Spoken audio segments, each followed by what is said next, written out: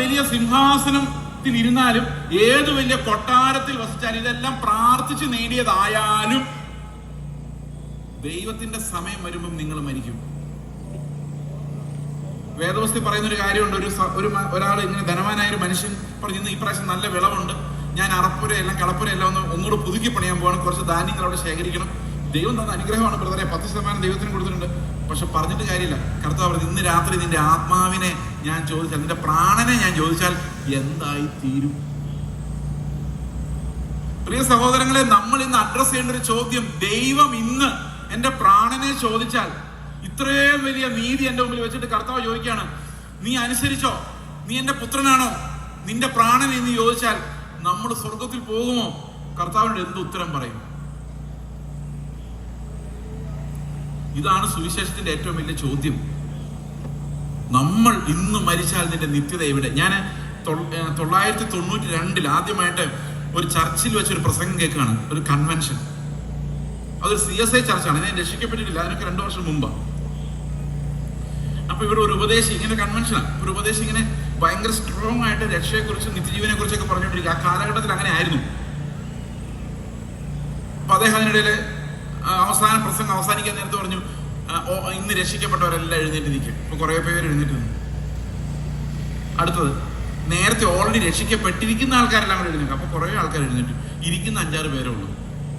അതിലൊന്നാണ് ഞാൻ. എനിക്കൊന്നും മനസ്സിലായില്ല. ഞാൻ ഫ്രണ്ടിൽ ഇരിക്കുക, 2ാമത്തെ വരയിൽ ഇരിക്കുക. പുള്ളി എന്നെ നോക്കിയൊരു ചോദ്യം, ഇന്ന് രാത്രി നീ മടങ്ങി പോകുന്ന സമയത്ത് ഒരു വണ്ടി ഇടിച്ച് നീ മരിച്ചു പോയാൽ നിന്റെ ആത്മാവ് എവിടെയായിരിക്കും?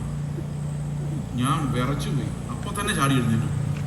രക്ഷിക്കപ്പെട്ടിട്ടല്ല, ഒന്നും മനസ്സിലായിട്ടല്ല, പക്ഷെ എനിക്ക് പേടിയായി പോയി. കാരണം ഇന്ന് രാത്രി നമ്മൾ മരിച്ച, നിങ്ങൾക്ക് അങ്ങനെ വല്ല പേടിയുണ്ടോ? ആര് മരിക്കുന്നു? എന്ത് പേടി? ഇങ്ങനൊരു സാധനത്തെ കുറിച്ച് ആരാലോചിക്കുന്നു? അടുത്ത വർഷം എന്തോ വാഗ്ദത്തം കിട്ടുമെന്ന് പ്രവാചകൻ പറഞ്ഞു നോക്കി ഇരിക്കുന്നതിനിടയ്ക്കാണ് മരണമെന്ന് പറഞ്ഞെടുത്ത് വന്നിരിക്കുന്നത്. പുഷ്ടിയുടെ വർഷവും തുഷ്ടിയുടെ വർഷവും നോക്കിയിരിക്കുക. അതിനിടയിൽ മരിച്ചാൽ എന്ത് സംഭവിക്കുന്നു ചോദിച്ചോണ്ട് ദേ ഒരു പഴയ ഉപദേശം വന്നിരിക്കുന്നു. എന്തായി പാസ്റ്റർ പറയുന്നത്? വിടുതലിന് വേണ്ടിയാ പാസ്റ്ററെ ഞങ്ങൾ നോക്കിയിരിക്കുന്നത്. ഈ മരിക്കും നീ എന്നുള്ള യാഥാർത്ഥ്യം എപ്പോഴേ നമ്മളെ വിട്ടുപോയി. ഞായറാഴ്ച ചർച്ചിൽ വന്നിട്ട് ആൾക്കാർ പറയുന്നത് കേട്ടാൽ നമുക്ക് തന്നെ വിഷമം തോന്നും. കഴിഞ്ഞ ഒരാഴ്ച വട്ടക്കാർ അനേകം ആൾക്കാരെ കർത്താവ് മരിച്ചു പോയപ്പോൾ, അനേകം ആൾക്കാർ ആശുപത്രിയിൽ ഞെരങ്ങിയും മൂളിയും കിടക്കുന്നു. ജീവനുള്ളവരുടെ ദേശമായ പന്തളത്ത് ഞങ്ങളെ ശേഷിപ്പിച്ചതിനായിട്ട് സ്തോത്രം. നിങ്ങളൊന്ന് ആലോചിച്ച്, നിങ്ങൾ എന്താ കർത്താവ് പറഞ്ഞത്? കഴിഞ്ഞ ആഴ്ച വട്ടക്കാരോ അനേകരെ കർത്താവേ നിന്റെ അടുക്കിലേക്ക് നീ കൊണ്ടുപോയപ്പോൾ എന്നെ കൊണ്ടുപോകാതെ ഇവിടെ തന്നെ ഇട്ടതിന് എന്ത് നന്ദി പറഞ്ഞാലും അതിനൊരു വൈബ്രേഷൻ ഭയങ്കരമാണ്. അതൊക്കെ കേൾക്കുമ്പോഴേക്കും ആരാധന എന്ന് പറയുന്നത് ഭയങ്കര സ്പ്രിങ് വരുമെന്ന്. എന്താണ് മനുഷ്യൻ അറിയുന്നത്? പ്രിയ സഹോദരങ്ങളെ, നീ ചോദ്യം തന്നെ അപ്രത്യക്ഷമായി പോയി. ഇന്ന് നീ മരിച്ചാൽ നിന്റെ നിത്യത എവിടെ? ഇന്നിപ്പോ ഇവിടെ ഇരിക്കുന്ന, ഞാൻ ആദ്യം കർത്താവിന്റെ നീതിയെക്കുറിച്ച് പറഞ്ഞതുകൊണ്ട്, ക്രിസ്തുവിന്റെ നിലവാരമില്ലാത്ത ഒരാൾ പോലും സ്വർഗത്തിൽ പോവുകയില്ല എന്ന് പറഞ്ഞതുകൊണ്ട്, അതിനുശേഷം ഇപ്പൊ നിങ്ങൾ ഇരിക്കുന്ന അവസ്ഥ എന്താണെന്ന് എനിക്ക് അറിയത്തില്ല. പക്ഷെ ഇപ്പൊ ഞാനൊരു ചോദ്യം ചോദിച്ചാൽ, ഇന്ന് നിങ്ങൾ മരിച്ചാൽ നിന്റെ നിത്യത എവിടെ എന്ന് ചോദിച്ചു കഴിഞ്ഞാൽ, ഞാൻ 100% കർത്താവിന്റെ കൂടെ പോയിരിക്കും എന്ന് ധൈര്യമായിട്ട് പറയാൻ കഴിയുന്നവർ ഇന്ന് സഭകളിൽ ഇല്ല. അപ്പൊ വെളിയിലുള്ളവരുടെ കാര്യം ആലോചിച്ച് നോക്കി. ഇത്ര വലിയ പ്രത്യാശയുടെ സുവിശേഷം ഇന്നൊരു തലമുറയ്ക്ക് മനസ്സിലാകാതെ പോകുന്നു എന്നുള്ളത്. പ്രിയ സഹോദരങ്ങളെ, എന്തുകൊണ്ടാണ് കർത്താവ് ഇത്ര വലിയൊരു നീതിയെ കുറിച്ച് പറഞ്ഞത്? അതെന്താണ് ആ വെളിച്ചത്തിന്റെ പുറകിലുള്ള മിസ്റ്ററി? ഈ പഴയ നിയമത്തിലെ 2 പ്രധാനപ്പെട്ട കൽപ്പനകളെ കുറിച്ച് പറയുന്നുണ്ട്. ആവർത്തന പുസ്തകമാണെന്ന് പറയുന്നത്, പിന്നീട് പുതിയ നിയമത്തിൽ ആവർത്തിക്കുന്നുണ്ട്. ന്യായപ്രമാണത്തെയും പ്രവാചകന്മാരെയും 2 കൽപ്പനകളിൽ സംഗ്രഹിക്കാം. അത് ഏതൊക്കെയാണ്? നീ നിന്റെ ദൈവമായ കർത്താവിനെ പൂർണ്ണ ഹൃദയത്തോടും പൂർണ്ണാത്മാവോടും പൂർണ്ണ മനസ്സോടും പൂർണ്ണ ശക്തിയോടും കൂടെ സ്നേഹിക്കുക. നിന്നെ പോലെ തന്നെ നിന്റെ കൂട്ടുകാരനെയും സ്നേഹിക്കുക, അല്ലെങ്കിൽ അയൽക്കാരനെയും സ്നേഹിക്കുക. ഈ 2 കൽപ്പനകളിൽ സകല ന്യായപ്രമാണവും പഴയ നിയമം, പ്രവാചകന്മാരും പഴയ നിയമം അടങ്ങിയിരിക്കുന്നു. പഴയ നിയമത്തിന്റെ കൽപ്പന എന്ന് പറഞ്ഞു കഴിഞ്ഞാല് നമ്മുടെ പൂർണ്ണ ശക്തി എടുത്ത് ദൈവത്തെ സ്നേഹിക്കാം.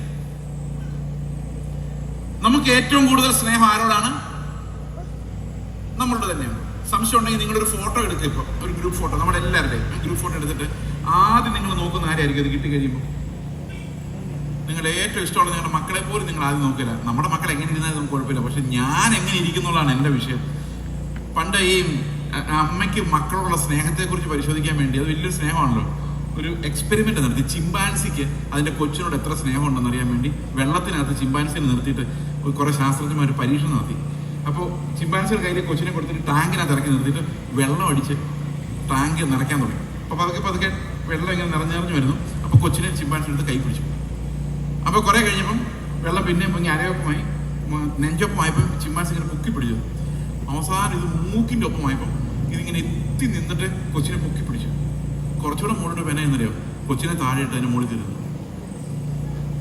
അതായത് പ്രാണം കൊണ്ട് പിടയുന്നൊരു സമയത്ത് നമ്മളല്ലാതെ വേറെ ആരെക്കുറിച്ചും നമുക്ക് ഒരു ചിന്തയും വരികയില്ല. പഴയ നിയമത്തിൽ തന്നെ പറയുന്ന അത്രയും സ്നേഹം നീ നിന്റെ അടുത്തിരിക്കുന്ന ആൾക്ക് കൊടുത്താൽ പഴയ നിയമമായി. ഇതനുസരിക്കാൻ വേണ്ടി ഞാൻ കിടന്ന് പെടാപ്പാട് പെട്ട എല്ലാവരും തോറ്റു അല്ലേ? ഇത് കേൾക്കുമ്പോൾ എല്ലാവരും തോറ്റില്ലേ? എന്നിട്ട് കർത്താവ് പുതിയ നിയമത്തിൽ വന്നിട്ട് പറയുന്നത് എന്നാന്നറിയോ? ഒറ്റ കൽപ്പനയിലേക്ക് ഞാനത് ചുരുക്കാൻ പോവാണ്. 2 കൽപ്പന വിട്ടു, 1 കൽപ്പന. യോഹന്നാന്റെ സുവിശേഷം 15:12 പറയുന്നു, ഞാൻ നിങ്ങളെ എങ്ങനെ സ്നേഹിച്ചോ അതുപോലെ നിങ്ങളും പരസ്പരം സ്നേഹിക്കണം എന്നുള്ളതാകുന്നു എന്റെ പ്രമാണം. അപ്പൊ ഇവിടുത്തെ പ്രമാണത്തിന്റെ പ്രശ്നം കൽപ്പന. അപ്പൊ ഈ കൽപ്പനയുടെ പ്രശ്നം എന്താണെന്ന് വെച്ച് കഴിഞ്ഞാൽ, എന്റെ കപ്പാസിറ്റി പോരാ, എന്റെ പൂർണ്ണ ശക്തി പോരാ. യേശു ക്രിസ്തു എന്നെ സ്നേഹിച്ച അഗപ്പെ എന്ന് പറയുന്ന, അതുവരെ ചരിത്രത്തിൽ ഒന്നും കേട്ടിട്ടില്ലാത്ത ഈ അത്യപൂർവമായ സ്നേഹത്താൽ ഞാൻ എൻ്റെ അടുത്തിരിക്കുന്ന ആളെ സ്നേഹിക്കണം. അടുത്ത വാക്യത്തിൽ പറയുന്നത് എന്നറിയോ? തൻ്റെ സ്നേഹിതന് വേണ്ടി ജീവനെ കൊടുക്കുന്നതിനേക്കാളും അധികമുള്ള സ്നേഹം ആർക്കുമില്ല. അപ്പൊ കർത്താവ് പറയുന്നത്, നിങ്ങൾ ദൈവത്തിന്റെ സന്നിധിയിൽ നീതിമാനാകണമെങ്കിൽ എന്ത് ചെയ്യണം? നിന്റെ അടുത്തിരിക്കുന്ന ആളെ ഒന്ന് നോക്കിക്കേ, ആ ആൾക്ക് വേണ്ടി നിങ്ങൾ മരിക്കണം. അത്ര സ്നേഹം വേണം. 500 രൂപ കടം മേടിച്ച് അയാൾ തന്നില്ലെങ്കിൽ പോകുന്ന സ്നേഹമാണ് നമ്മുടെ കയ്യിലിരിക്കുന്നത്. ഇത് വെച്ചുകൊണ്ട് കർത്താവിന്റെ വലിയ കൽപ്പനയുടെ മുമ്പിലേക്ക് നമ്മൾ പോയി നിൽക്കുകയാണ്. എന്നിട്ട് കർത്താവ് പറയും, ഞാൻ നിങ്ങൾക്ക് വേണ്ടി, കർത്താവിന് വേണ്ടി മരിക്കും എന്നൊക്കെ വൈബ്രേഷനോടൊക്കെ പറയും. പക്ഷെ തക്ക സമയത്ത് ഒരുത്തിന് വന്നാൽ നമ്മൾ ഓടും. ഒരു കഥ എങ്ങനെ കേട്ടിട്ടുണ്ടോ? ഒരു പള്ളിയിൽ കുറെ ആൾക്കാരിന്ന് പ്രാർത്ഥിച്ചുകൊണ്ടിരിക്കുമായിരുന്നു. നിങ്ങൾ കേട്ട കഥ ആയിരിക്കില്ല ഞാൻ പറയുന്നത്. അപ്പൊ കുറെ പേര് തോക്കുമായിട്ട് അങ്ങോട്ട് കയറി വന്നു. കഥ കേട്ടിട്ടുണ്ടോ? ഇത് കേട്ടിട്ടുണ്ടാവും. തോക്കുമായിട്ട് കയറി വന്നു. എന്നിട്ട് പറഞ്ഞു, ജീവൻ വേണമെങ്കിൽ യേശുവിനെ തള്ളി പറഞ്ഞിട്ട് ഓടിക്കണം പറഞ്ഞു. കുറെ പേര് ഓടി. അവസാനം കുറച്ച് പിള്ളേര് മാത്രമേ ബാക്കി ഉണ്ടായിരുന്നുള്ളൂ. ഈ കഥ കേട്ടിട്ടില്ലേ? അപ്പൊ ഈ തോക്കുമായിട്ട് വന്നവർ തോക്ക് സൈഡ് വെച്ചിട്ട് പറഞ്ഞു, ഇനി നമുക്ക് ആരാധിക്കാം. കാരണം ഇവരും വിശ്വാസികളായിരുന്നു. തോക്കുമായിട്ട് വന്ന് പരിശോധിച്ച് നോക്കാൻ എത്ര പേരുണ്ടെന്ന്. നമ്മുടെ ഇടയ്ക്ക് ആരെങ്കിലും തോക്കും ബോംബൊക്കെ ആയിട്ട് വന്നു കഴിഞ്ഞാൽ അറിയാൻ പറ്റുള്ളൂ എത്ര പേര് നിൽക്കും, എത്ര പേര് ഓടും എന്നുള്ള കാര്യം. പ്രിയ സഹോദരങ്ങൾ, അങ്ങനെയുള്ള ദുർബലരായ നമ്മളോടാണ് കർത്താവ് പറഞ്ഞിരിക്കുന്നത്, ഞാൻ നിന്നെ സ്നേഹിച്ച് ഈ ലോകത്തിലേക്ക് ഇറങ്ങി വന്ന് നിനക്ക് വേണ്ടി മരിച്ച ആ സ്നേഹം നീ അയൽക്കാരനോട് കാണിക്കണം. പക്ഷെ നമുക്കത് പറ്റത്തില്ല. കാരണം നമ്മുടെ ബയോളജിക്കൽ റെസ്പോൺസ് എല്ലാം അതിനെതിരാണ്. ഞാൻ എന്തുകൊണ്ട് ഇങ്ങനെ പറയുന്നത് വെച്ച് കഴിഞ്ഞാൽ, നമ്മളെല്ലാം നിസ്സഹായരാണെന്നും കർത്താവ് നമ്മളെ രക്ഷിക്കാൻ തയ്യാറാണെന്നും അവന്റെ സുവിശേഷത്തിൽ വിശ്വസിച്ചാൽ നമ്മൾ രക്ഷപ്പെടുമെന്ന് പറയാൻ വേണ്ടിയാണ്, നമ്മുടെ നിസ്സഹായാവസ്ഥ കാണിക്കാൻ വേണ്ടി ഞാനിത് പറയുന്നത്. നമുക്ക് അയൽക്കാരനെ കുറച്ചെങ്കിലും സ്നേഹിക്കാൻ പറ്റുന്നുണ്ടോ നമുക്കൊന്ന് പരിശോധിക്കാം. നിങ്ങളുടെ കുട്ടി എക്സാമിനേഷന് തോറ്റു, വിഷമിക്കണ്ട, ഇത് എക്സാമ്പിളാണ്, അങ്ങനെയൊന്നും സംഭവിക്കാതിരിക്കട്ടെ. അപ്പൊ എനിക്ക് ഭയങ്കര സങ്കടമായി. ഞാൻ ചോദിക്കുന്നത്, നീ എന്തിനാടാ പഠിക്കാൻ പോയത്? നീ എന്താണ് എന്റെ പൈസ മുഴുവൻ കൊണ്ട് വേസ്റ്റാക്കി? നിനക്ക് വരെ പണിയില്ലായിരുന്നു, എത്ര പേര് ജയിച്ചു പാസ്? ഇങ്ങനെ ഭയങ്കര വിഷമമാണ്. അന്നേരമാണ് അറിയുന്ന അയൽവക്കത്തെ പയ്യനും തോറ്റു. അപ്പൊ നമുക്കൊരു ആശ്വാസമാണോ തോന്നുന്നത്? അത് സങ്കടം ഡബിൾ ആകുമോ? ആശ്വാസം തോന്നുന്നത്. ശരിക്കും പറഞ്ഞ ആ കൊച്ചിനോട് സ്നേഹം ഉണ്ടെങ്കിൽ ആശ്വാസം തോന്നുമോ? നമ്മൾ അങ്ങനെയാണ്, നമ്മൾ അങ്ങനെ നന്നാവില്ല. ഞാനൊരു ഉദാഹരണം പറയാം. നമ്മൾ നന്നാവില്ല എന്നുള്ളതിന് കർത്താവ് പറഞ്ഞത്, ഒരു കാരണത്തെ അടിക്കുമ്പം മറ്റേ കാരണം കാണിച്ചു കൊടുക്കണം. ഞാൻ നിങ്ങളോട് പറഞ്ഞത് ബയോളജിക്കലി ഇമ്പോസിബിൾ ആണ് ആ നിമിഷം അത് ചെയ്യാൻ. പക്ഷെ എൻ്റെ വീട്ടിൽ അങ്ങനെ സംഭവിച്ചിട്ടുള്ളൂ. ഇതിങ്ങനെ പബ്ലിക് പ്ലേസിൽ ഞാൻ പറയാണ്. ഒരു സ്ത്രീ വന്നിട്ട് എൻ്റെ ഭാര്യയുടെ കാരണം നോക്കി ടപ്പ ടപ്പ ടപ്പ എന്ന് 3 അടി. ഒരു കാരണത്തടിച്ചു, പിന്നെ കാണിച്ചു കൊടുത്തു, പിന്നെ അടിച്ചു. അത് എക്സ്ട്രാ അനുസരണല്ലേ? കർത്താവ് എന്താ പറഞ്ഞേക്കുന്നത്? ഒരു കാരണത്തടിച്ചാൽ മറ്റേ കാരണം കാണും, രണ്ടാമത്തെ കാരണത്തടിച്ചാൽ എന്ത് ചെയ്യുമെന്ന് പറഞ്ഞിട്ടില്ല. പക്ഷെ അത് പിന്നെയും കാണിച്ചു കൊടുത്ത് 3ാമത്തെ അടി കഴിഞ്ഞ് എനിക്ക് ഭയങ്കര സന്തോഷം. ഞാൻ നോക്കി നിൽക്കുവാ. അടി ഞാൻ എന്നിട്ട് വീടിന് ചുറ്റും നടന്ന് കർത്താവിനെ സ്തോത്രം ചെയ്തു. കർത്താവെ, എന്നെ കൊണ്ട് ഇത് കഴിയുമെന്ന് എനിക്ക് തോന്നുന്നില്ല. പക്ഷേ ആ അടി സ്തോത്രം, ഈ അടി കൊണ്ടിട്ട് പിന്നെയും കാരണം കാണിച്ചു കൊടുക്കാൻ എൻ്റെ ഭാര്യയ്ക്ക് നീ കൊടുത്ത കൃപയ്ക്കായി സ്തോത്രം. അപ്പൊ കർത്താവ് എന്നോട് പറഞ്ഞു, നിന്റെ ഭാര്യ അടി കൊണ്ടതിലോ നീ ഇപ്പൊ സ്തോത്രം ചെയ്യുന്നതിൽ എനിക്ക് യാതൊരു പ്രസാദവുമില്ല. അപ്പൊ ഞാൻ ആലോചിച്ചു, യേശുക്രിസ്തു പറഞ്ഞൊരു കൽപ്പന അനുസരിച്ചിട്ട് പോലും നിലവാരം പോരാ. ഇതെന്ത് സംഭവം? അപ്പൊ ഫ്രണ്ടിലേക്ക് വന്നപ്പോഴാണ് എൻ്റെ ഭാര്യ എന്നോട് ചോദിക്കുക, എന്നെ തല്ലുന്നു നോക്കി നിൽക്കുമായിരുന്നില്ലേ? അപ്പോഴെനിക്ക് മനസ്സിലായത്. അപ്പൊ കർത്താവ് എന്നോട് പറഞ്ഞു, നീ എത്ര തല്ല് കൊണ്ടാലും, നിന്റെ ഭാര്യ തല്ല് കൊണ്ടാലും, സ്തോത്രം ചെയ്താലും നിന്റെ ഉള്ളിൽ ആ തല്ലിയ സ്ത്രീയോട് വൈരാഗ്യമാണ്, സ്നേഹമില്ല. നിന്റെ ഹൃദയം മാത്രം നോക്കുന്നു. എന്നെ സംബന്ധിച്ച് നീ തോറ്റു കിടക്കുകയാണ്. പക്ഷെ ഞാൻ തോക്കാത്തവനായി അടികൊണ്ട് അഭിനയിക്കുകയാണ്. എന്നാലോചിക്ക്, ആരെങ്കിലും രക്ഷപ്പെടുവോ? ഏതെങ്കിലും ഒരു ഈച്ചയെങ്കിലും ഈ സൂര്യക്കുഴ കൂടെ കിടക്കുവോ? ഇങ്ങനെ ഇത്ര വലിയൊരു നീതിയുടെ മുമ്പിലേക്ക് നമ്മൾ എന്തിനാ കൊണ്ടേ കർത്താവ് നിർത്തിയെന്നറിയോ? ആരും അങ്ങനെ സ്വയം രക്ഷപ്പെടാതിരിക്കാൻ വേണ്ടിയാണ്. ഈ സ്വയം രക്ഷപ്പെട്ടാൽ അതിന്റെ കുഴപ്പം, അതെല്ലാം നമ്മുടെ സ്വയനീതിയായിട്ട് മാറും. ഞാൻ തന്നെ അധ്വാനിച്ച് രക്ഷപ്പെട്ടതായിട്ട് എനിക്കൊരു ഫീലിംഗ് വരും. ഈ ശരിക്കും പറഞ്ഞു കഴിഞ്ഞാൽ 20-ാം നൂറ്റാണ്ടിൽ ഡോക്ടർമാർ കണ്ടുപിടിച്ച ബിഹേവിയറൽ സയൻസ്, എന്തുകൊണ്ടാണ് ഒരു പ്രത്യേക മനുഷ്യൻ ഒരു പ്രത്യേക രീതിയിൽ പെരുമാറുന്നത്, അതിവിടെ ഈ പൗലോസ് എഴുതി വെച്ചിട്ടുണ്ട്. 2000 വർഷങ്ങൾക്ക് മുമ്പ് നമ്മൾ എന്ത് നന്മ ചെയ്താലും നമ്മുടെ ഉള്ളിൽ അതിനെ എതിർക്കുന്ന ഒരു തിന്മയുടെ ശക്തി ഉണ്ട് എന്ന് വേദപുസ്തകം. അതുകൊണ്ടാണ് നമുക്ക് ഒരിക്കലും യേശുക്രിസ്തുവിനെ പോലെ ആകാൻ പറ്റാത്തത്. ഉദാഹരണത്തിന്, നമ്മൾ എന്തെങ്കിലും ഒരു ഉപകാരം ചെയ്യാൻ പോകാന്ന് വിചാരിച്ചോ. ഓക്കെ, ഒരാൾക്ക് ഒരു വീട് വെച്ച് കൊടുക്കാൻ പോകുന്നു. ആ വീട് കാണുമ്പോഴെല്ലാം നമുക്ക് പറയും, ഞാൻ വെച്ചു കൊടുത്ത വീട് എത്ര പേര് ചെയ്തിട്ടുണ്ട്, നമ്മൾ മനസ്സ് പറയും. നമ്മൾ എന്തെങ്കിലും ഒരു സൽപ്രവൃത്തി ആർക്കെങ്കിലും വേണ്ടി ചെയ്തു കഴിഞ്ഞാൽ മക്കളോട് പോലും അമ്മമാര് പറയലേ, 10 മാസം നിന്നെ ചുമന്ന് വളർത്തുക. ഞാൻ കണക്കാ, ജഡം എന്ത് ചെയ്താലും അതിന് കണക്കുണ്ട്. എല്ലാവരും കൺവെൻഷൻ കഴിഞ്ഞങ്ങ് പോയി കസേര അടക്കി പറക്കി വയ്ക്കാൻ ഞങ്ങൾ 2 പേരുണ്ടായിരുന്നുള്ളൂ. അതിലും ഭേദം അയാൾ ചെയ്യാതിരിക്കുന്നതായിരുന്നു. കാരണം അവിടെ എന്തുണ്ട്, ഞാൻ നീതിമാൻ എന്നുള്ളൊരു ഫീലിംഗ് ഉണ്ടായി കഴിഞ്ഞു. എന്ത് നന്മ ചെയ്താലും അതുണ്ട്. അങ്ങനെ ഒരു ഫീലിംഗ് ഇല്ലാതെ ഒരു നന്മ ചെയ്യാൻ ആർക്കും പറ്റില്ല.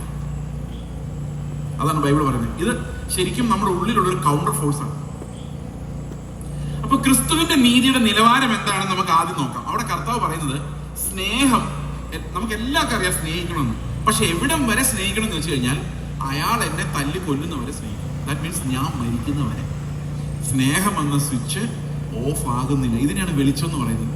എത്ര നേരം ക്ഷമിക്കണം? 770 വട്ടം എന്ന് പറഞ്ഞാൽ 490 പ്രാവശ്യം എന്നും പറയാം. 7ന്റെ മുകളിൽ 7 ഇട്ടിട്ട് അങ്ങനെ മൾട്ടിപ്ലൈ ചെയ്യുന്നവരുണ്ട്. എന്തായാലും നമുക്ക് കാൽവരി ക്രൂശിലൂടെ കർത്താവ് കാണിച്ചെന്താണെന്ന് വെച്ച് കഴിഞ്ഞാൽ, മരിക്കുന്നവരെ ക്ഷമിക്കണം. അയാൾ എൻ്റെ സ്വത്ത് മുഴുവൻ അപഹരിച്ചെടുത്ത് എന്നെ കൊന്ന് എൻ്റെ അവസാനത്തുള്ളി രക്തം പോകുന്നവരെ ക്ഷമിക്കുക.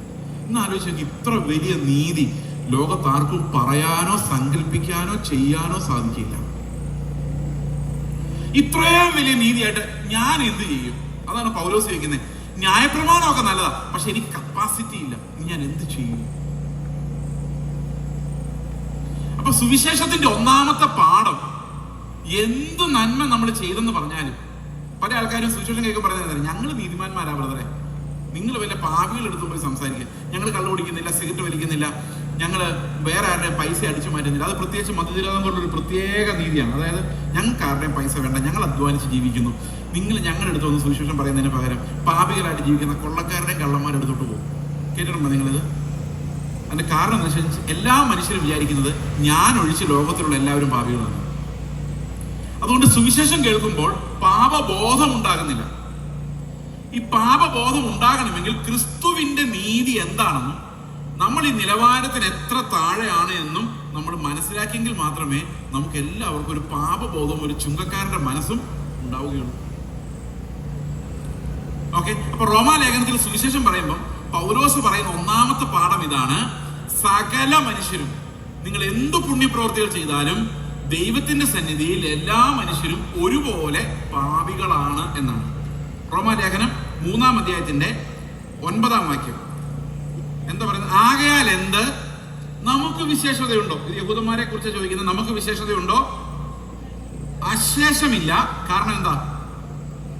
യഹൂദന്മാരും യവനന്മാരും ഒരുപോലെ പാപത്തിന് കീഴാകുന്നു എന്ന് പറഞ്ഞാൽ അതിന്റെ അർത്ഥം ബൈബിള് കയ്യിൽ പിടിച്ചുകൊണ്ട് നടന്നവനും ബൈബിൾ ഇല്ലാതെ നടന്നവനും എല്ലാവരുടെയും ഉള്ളിൽ മോഹം, എല്ലാവരുടെയും ഉള്ളിൽ പിണക്കം, എല്ലാവരുടെയും ഉള്ളിൽ അസൂയ. അത് 1-ാം അധ്യായത്തിൽ പറഞ്ഞിട്ടുണ്ട് ഇതിന്റെ ലിസ്റ്റ്. ഇതെല്ലാം ഉള്ളിൽ ഇരിക്കുന്നുണ്ട്, പക്ഷെ കയ്യിൽ ബൈബിളുണ്ട്. അതുകൊണ്ട് ഒരു മനുഷ്യന് നീതിമാനാകുന്നില്ല. ഇവിടെ പൗലോസ് പറയാണ് 2000 വർഷം ഈ ന്യായപ്രമാണം ഈ മനുഷ്യൻ കൊണ്ടു നടന്നിട്ടും ഒരൊറ്റ നീതിമാനെ പോലെ ഉണ്ടാക്കാൻ കഴിഞ്ഞില്ല. 3-ാം അധ്യായത്തിന്റെ 10-ാം വാക്യം എന്താ പറയുന്നത്? നീതിമാൻ ആരുമില്ല, ഒരുത്തൻ പോലുമില്ല. ലോകത്തിൽ ഒരു നീതിമാനില്ല. ഈ നീതിയെ കുറിച്ച് ഗ്രഹിക്കുന്നവനുമില്ല. അപ്പം ദൈവം ഒരു കാര്യം ചെയ്തു. ശരിക്കും പറഞ്ഞു കഴിഞ്ഞാൽ നമുക്ക് വേണ ഒരു ഡ്രാമ പോലെ ഇത് നോക്കാം. അതായത് നീതി എന്ന് പറയുന്നത് നമ്മുടെ ഇപ്പൊ ഞാൻ ഒരു നീതിമാനായ മനുഷ്യനെന്ന് വിചാരിച്ചോ. ഓക്കെ, അപ്പൊ ഞാൻ കുറെ കാര്യങ്ങൾ നീതിമാനാകാൻ വേണ്ടി ചെയ്യുന്നുണ്ട്. ഞാൻ കള്ളു കുടിക്കുന്നില്ല, സിഗരറ്റ് വലിക്കുന്നില്ല, സിനിമ കോട്ടയിൽ പോകുന്നില്ല, വളരെ ഡീസന്റ് ആണ്. ഞാൻ കാശ് കൊടുക്കുന്നു, കൃത്യമായിട്ട് പാവങ്ങളെ സഹായിക്കുന്നു. ജൂൺ മാസം ആകുമ്പോൾ പാവപ്പെട്ട പിള്ളേർക്ക് ബാഗും കുടയും ചെരുപ്പൊക്കെ കൊടുക്കുന്നു. അതൊക്കെ ഭയങ്കര സംഭവം കേട്ടോ. അപ്പൊ ഇങ്ങനെയൊക്കെ ചെയ്യുന്ന ആളാണ്. അപ്പൊ ഞാൻ ആൾ ഡീസന്റ് ആണ്. അപ്പൊ ദൈവം നോക്കുമ്പോൾ കുറച്ച് നീതിയൊക്കെ ഉണ്ട്. അപ്പൊ ഈ നീതിയുള്ള എനിക്കൊരു 15 കിലോ നീതി പിടിച്ചുകൊണ്ട് ഞാനിങ്ങനെ നിൽക്കുവാണ്. അപ്പൊ എന്റെ അടുത്ത് വേറെ ആളിരിപ്പുണ്ട്. അയാൾ ഒന്നും ചെയ്തിട്ടില്ല. അയാൾ കള്ളു കുടിക്കുന്നു, സിഗരറ്റ് വലിക്കുന്നു, എല്ലാ തോന്നിയാസനും പോകുന്നു, സിനിമക്കോട്ടയിൽ നിന്ന് ഇറങ്ങുന്നില്ല, എല്ലാ പണികൾക്കും ഇവരുണ്ട്. അപ്പൊ അയാളുടെ കയ്യിൽ ഒരു വീക്ക്. അപ്പൊ നീതിമാൻ ആരാ? നമ്മളാ. അപ്പൊ ഞാൻ എന്ത് ചെയ്യും? അവനെ ഉപദേശിക്കും, ഇങ്ങനെ പോയാൽ പോരാ, നീ കള്ളുകൂടി നിർത്തണം. ദൈവം മദ്യപാനികളെ സ്വർഗത്തിൽ അനുവദിക്കില്ല. ശരിയാണല്ലോ, മദ്യപാനി സ്വർഗത്തിൽ പോകില്ലല്ലോ. ഉറപ്പല്ലേ? ഉറപ്പാണ്. സിഗരറ്റ് വലിക്കുന്നവനും കള്ളു കുടിക്കുന്നവനും ഇങ്ങനെ ലോകത്തിൽ മോശമായി ജീവിക്കുന്നവരൊന്നും സ്വർഗത്തിൽ പോവുകയില്ല. ഓക്കെ, അങ്ങനെ ഉപദേശിക്കും. അങ്ങനെ ഉപദേശിച്ച് ഞാനിങ്ങനെ ഞെളിഞ്ഞു നിൽക്കുന്ന സമയത്താണ് കർത്താവ് ഇങ്ങ് വരുന്നത്. കർത്താവ് വരുമ്പോഴാണ് മനസ്സിലാകുന്നത് എൻ്റെ കയ്യിലുള്ള 15 കിലോ നീതി ഒന്നും ആകുന്നില്ല. കർത്താവിന്റെ കയ്യിലിരിക്കുന്ന ഒരു 200 കിലോ നീതിയാണ്. ഇത് കണ്ടപാടെ ഈ ചുങ്കക്കാരൻ, ഈ പാപം ചെയ്ത് ജീവിച്ചിരുന്ന ആൾ പറഞ്ഞു, അയ്യോ കർത്താവേ, എന്നെ രക്ഷിക്കണേ, എന്നെ കൊണ്ട് ഇത് കഴിയല്ലേ. അവൻ രക്ഷപ്പെട്ടു. ഞാൻ അപ്പോഴും ആലോചിച്ചുകൊണ്ടിരിക്കുന്നത്, എന്റെ 15 കിലോ നീതി എന്താ കർത്താവ് അംഗീകരിക്കാത്തതെന്നാ. എന്തിനാണ് കർത്താവ് ചുങ്കക്കാരൻ്റെ അടുത്തേക്ക് പോയത്? ഞാൻ ഇങ്ങനെയൊക്കെ ഇത്രയൊക്കെ ചെയ്തില്ല, എൻ്റെ അടുത്ത് എന്താ വരാഞ്ഞത്? കർത്താവ് പറയും, നിന്റെ നീതിയും പോരാ, അവന്റെ നീതിയും പോരാ, ക്രിസ്തുവിന്റെ നീതിവസ്ത്രമില്ലാത്ത ഒരൊറ്റ ആളെയും ദൈവം അംഗീകരിക്കുന്നില്ല. ഇത് എന്തിനാ ഞാൻ പറയുന്നത് വെച്ച് കഴിഞ്ഞാൽ, നാട്ടുകാർ കേൾക്കുന്നവർക്ക് വേണ്ടി മാത്രമല്ല, ഇവിടെ ഇരിക്കുന്ന വിശ്വാസികൾ അറിഞ്ഞിരിക്കണം, ദൈവത്തിന് മുമ്പിൽ ക്രിസ്തു അല്ലാതെ വേറൊരു നീതിമാനില്ല. അവനെ പോലെ അല്ലാത്ത ആരും സ്വർഗത്തിൽ പോവുകയുമില്ല. ക്രിസ്തുവിന്റെ നിലവാരത്തിൽ കുറഞ്ഞ ഒന്നിനെയും കർത്താവ് സ്വർഗത്തിൽ പ്രവേശിപ്പിക്കുകയില്ല. അപ്പൊ പിന്നെ സുവിശേഷം നമുക്ക് തരുന്ന വാഗ്ദത്തം എന്താണ്? നമ്മൾ എന്ത് പ്രത്യാശയോടുകൂടിയാണ് ഇവിടെ ഇരിക്കുന്നത്? അപ്പോൾ ഇതാണ് ഒന്നാമത്തെ പാഠം ഞാൻ പറഞ്ഞത്. 19-ാം വാക്യം ഇങ്ങനെ പറയുന്നു, ഇതിന്റെ തുടർച്ചയായിട്ട് 3:19, ന്യായപ്രമാണം പറയുന്നതെല്ലാം ന്യായപ്രമാണത്തിന് കീഴുള്ളവരോട് പ്രസ്താവിക്കുന്ന പറയുന്നത്, അങ്ങനെ ഏതു വായും അടഞ്ഞ്. അപ്പൊ ഇത്ര നേരം ഉപദേശം ഇടുന്നതിന്റെ വായി ഈ 400 കിലോ കണ്ടപ്പം 200 കിലോ കണ്ടപ്പോൾ അടഞ്ഞു. ഒന്നും പറയുന്നില്ലടാ. ഇല്ല, ഞാൻ വിട്ടു, കേസ് വിട്ടു. കാരണം എന്താ കേസ് വിടാനുള്ള കാരണം? അപ്പൊ ദൈവം മനുഷ്യനെ രക്ഷിക്കണമെങ്കിൽ ആദ്യം അവനെ സ്വയനീതിയിൽ നിന്ന് രക്ഷിക്കണമായിരുന്നു. 20 കിലോ നീതിയുമായിട്ട് വന്നിരുന്നെങ്കിൽ ഞാൻ എങ്ങനെയെങ്കിലും 15 കൂടെ 5 കൂടെ കയറ്റി വെച്ച് ഞാൻ മറ്റുള്ളവരെല്ലാം കുറ്റം പറഞ്ഞ് ഒരു സ്വയനീതിമാനായി ബാക്കിയുള്ളവരെ വിമർശിച്ച് ഞാൻ സ്വർഗത്തിൽ പോയത്. പക്ഷെ ദൈവത്തിന്റെ പ്ലാൻ എന്ന് പറഞ്ഞു കഴിഞ്ഞാൽ അവന്റെ നീതിയാൽ മാത്രമേ ഒരാൾ നീതീകരിക്കപ്പെടാവൂ. അതുകൊണ്ട് കർത്താവ് എന്ത് ചെയ്തു? ദൈവത്തിന്റെ നീതി സുവിശേഷത്തിലൂടെ വെളിപ്പെടുത്തി. ഈ ദൈവത്തിന്റെ നീതി സുവിശേഷത്തിലൂടെ വെളിപ്പെടുത്തുമ്പോൾ എന്താ സംഭവിച്ചെന്ന് നോക്കിയേ? നീതിമാൻ ആരുമില്ലാതായി. ശരിയാണോ ഞാൻ പറഞ്ഞത്? ഇനി 19-ാം വാക്യം പറയുന്നത്, അങ്ങനെ ഏതു വായും അടഞ്ഞു. ഇപ്പൊ ഇത്ര നേരം പ്രസംഗിച്ചുകൊണ്ടിരുന്നവരുടെ വായൊക്കെ എന്ത് ചെയ്തു? അടഞ്ഞു. സർവലോകവും ദൈവസന്നിധിയിൽ ശിക്ഷായോഗ്യമായി തീരേണ്ടതിന് തന്നെ. അപ്പോൾ സർവലോകവും ദൈവസന്നിധിയിൽ എങ്ങനെയായി? ശിക്ഷായോഗ്യമായി. കാരണം എന്താ? ക്രിസ്തുവിന്റെ നീതി ഇല്ലാത്ത ഒരാൾ പോലും ദൈവത്തിനടുത്ത് ചെല്ലില്ല എന്നുള്ളത് കൊണ്ട് എല്ലാ മനുഷ്യരും ഒരുപോലെ ശിക്ഷായോഗ്യരായി മാറി. അടുത്ത വാക്യം, അതുകൊണ്ട് ന്യായപ്രമാണത്തിന്റെ പ്രവൃത്തികളാൽ ഒരു ജഡവും അവന്റെ സന്നിധിയിൽ നീതീകരിക്കപ്പെടുകയില്ല. അപ്പൊ ഈ ഒരു വാക്യം പലപ്പോഴും നമുക്ക് തെറ്റിദ്ധാരണകൾ ഉണ്ടാക്കുന്ന ഒരു കാര്യമാണ്. നമുക്കറിയാം, ലോകത്തിൽ ഏത് മതമായാലും സഭയായാലും രാജ്യമായാലും പ്രവൃത്തികളാണ് ഒരാളെ നീതിമാനാക്കുന്നത്. പക്ഷെ വേദപുസ്തകത്തിൽ മാത്രം അങ്ങനെയല്ല. എന്തുകൊണ്ടാണ് ന്യായപ്രമാണത്തിന്റെ പ്രവൃത്തികൾ ഒരാളെ നീതിമാനാക്കുകയില്ല എന്നിവിടെ പറഞ്ഞിരിക്കുന്നത്? ഞാൻ അതിനൊരു ഉദാഹരണം പറയാം. ഒരപ്പന് 2 മക്കൾ ഉണ്ടായിരുന്നു ഇരിക്കട്ടെ. ഈ 2 മക്കളിൽ ഒരാൾ ഭയങ്കര ദുഷ്ടനും അപ്പനെതിരെ നിൽക്കുന്നവനും തർക്കുത്തരം പറയുന്നവനും അനുസരിക്കാത്തവനുമായിരുന്നു വിചാരിച്ചു, ആദ്യത്തെ മകൻ. ഓക്കെ, രണ്ടാമത്തെ മകൻ ഭയങ്കര സ്നേഹമുള്ളവനുമായിരുന്നു എന്ന് വിചാരിച്ചു. ഈ ആദ്യത്തെ മകനോട് അപ്പം പറയാണ്, ഞാനിപ്പോ വെളിയിൽ പോവാണ്, നിന്റെ അപ്പനും അമ്മയും ഇപ്പൊ വെളിയിൽ പോവുകയാണ്, നീ ഒരു കാര്യം ചെയ്യണം, ഈ വീടിന്റെ മുമ്പിലത്തെ മുറി, ലിവിംഗ് റൂമും നിന്റെ ബെഡ്റൂമും ഒക്കെ അടിച്ച് ക്ലീനാക്കി നിരപ്പാക്കി ക്ലീനാക്കി ഇട്ടേക്കണം. അപ്പൊ ഈ മകൻ പറയാണ്, എനിക്ക് സൗകര്യമില്ല, എനിക്ക് വേറെ പണിയുണ്ട്, നിങ്ങൾ പറയുന്നതെല്ലാം അനുസരിക്കാൻ എനിക്ക് പറ്റില്ല, ഇതെല്ലാം ഞാൻ ചെയ്താലേ ശരിയാവുള്ളൂ. ഭയങ്കര ധിക്കാര്യം. അപ്പൊ അപ്പം പറഞ്ഞു, അപ്പൻ അപ്പോഴും സ്നേഹമുള്ള അപ്പനായിട്ട് അപ്പം പറഞ്ഞു, നീ മര്യാദയ്ക്ക് ഇതെല്ലാം അടിച്ചുവാരി ഇടാമെങ്കിൽ ഞാൻ നിനക്ക് ചോക്ലേറ്റ് കൊണ്ടുവരാം. അപ്പം മോൻ പറഞ്ഞു, എനിക്കാവൊന്നും വേണ്ട, ഞാൻ ചെയ്യത്തില്ല. അന്നേരം അപ്പം പറഞ്ഞു അടുത്ത ഡയലോഗ്, നീ ഇത് ചെയ്തില്ലെങ്കിൽ നിന്നെ ഞാൻ വീടിന് പുറത്താക്കും, എനിക്കിനി ഇങ്ങനെ ഒരു മകനില്ല. അപ്പൊ ഞാൻ അരച്ചു, എനിക്ക് 16 വയസ്സുള്ളൂ, ഞാൻ പുറത്തിറങ്ങി എങ്ങനെ ജീവിക്കും? വിതയ്ക്കാത്തിടന്ന് കൊയ്യുകയും വിതറാത്തിടന്ന് ചേർക്കുകയും ചെയ്യുന്ന ദുഷ്ടമനുഷ്യനായി ഇയാൾ എൻ്റെ അപ്പനായി പോയല്ലോ. ശരി, അനുസരിച്ചേക്കാം. അവൻ ആ റൂമെല്ലാം അടിച്ചു വാരി ക്ലീൻ ആക്കിയിട്ടു. രണ്ടാമത്തെ മകൻ ഒരു ദിവസം ചിന്തിക്കുകയാണ്, ഈ അപ്പനും അമ്മയ്ക്ക് എന്നോട് എന്ത് സ്നേഹമാണ്, ഞാൻ അവർക്ക് വേണ്ടി ഒന്നും ചെയ്യുന്നില്ല. ശരി, ഇന്ന് ഞാൻ ഈ റൂം എല്ലാം അടിച്ചു വാരി ക്ലീൻ ആക്കിയിട്ടേക്കാം. 2 പേരും പ്രവൃത്തി ചെയ്തു, ഒരുപോലെ ചെയ്തു. ഒരു പക്ഷെ പേടിച്ച് ചെയ്ത ആളായിരിക്കും കുറച്ചുകൂടി ക്ലീൻ ആയിട്ട് ചെയ്തത്, അല്ലെ? പക്ഷെ ഇതിനകത്ത് നീതിമാൻ ആരാ?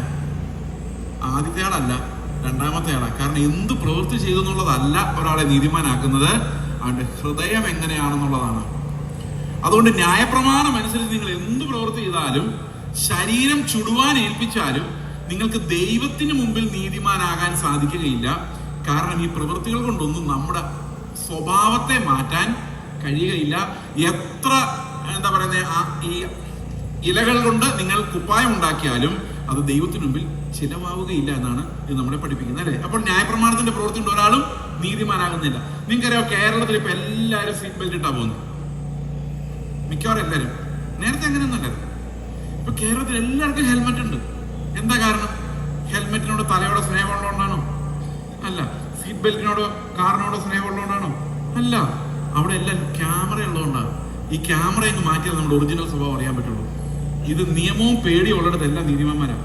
അതങ്ങ് മാറ്റിയാൽ ചില പറയും, പടിഞ്ഞാറൻ രാജ്യങ്ങളിൽ ഗൾഫിലൊന്നും അക്രമങ്ങളൊന്നും ഇല്ല, പേടിച്ചിട്ടാ.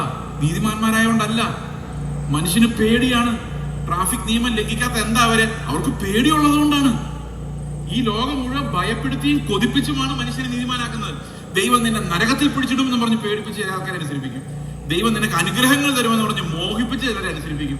ഇതുകൊണ്ടൊന്നും ഒരാൾ നീതിമാനാകുന്നില്ല. മനസ്സിലായി ഞാൻ പറയുന്നത്?